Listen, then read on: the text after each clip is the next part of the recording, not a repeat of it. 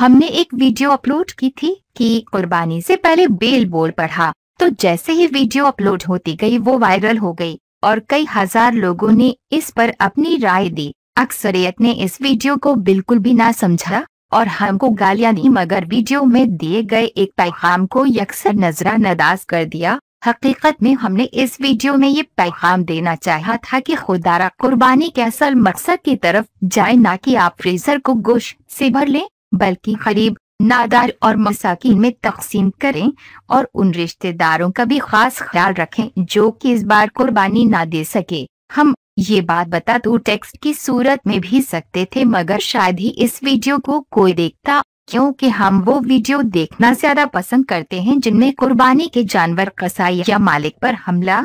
Our हो और भाग खड़े हों। अगर इस वीडियो के जरिए किसी की दिल आजारी हुई हो तो अल्लाह ताला की खातिर हमको माफ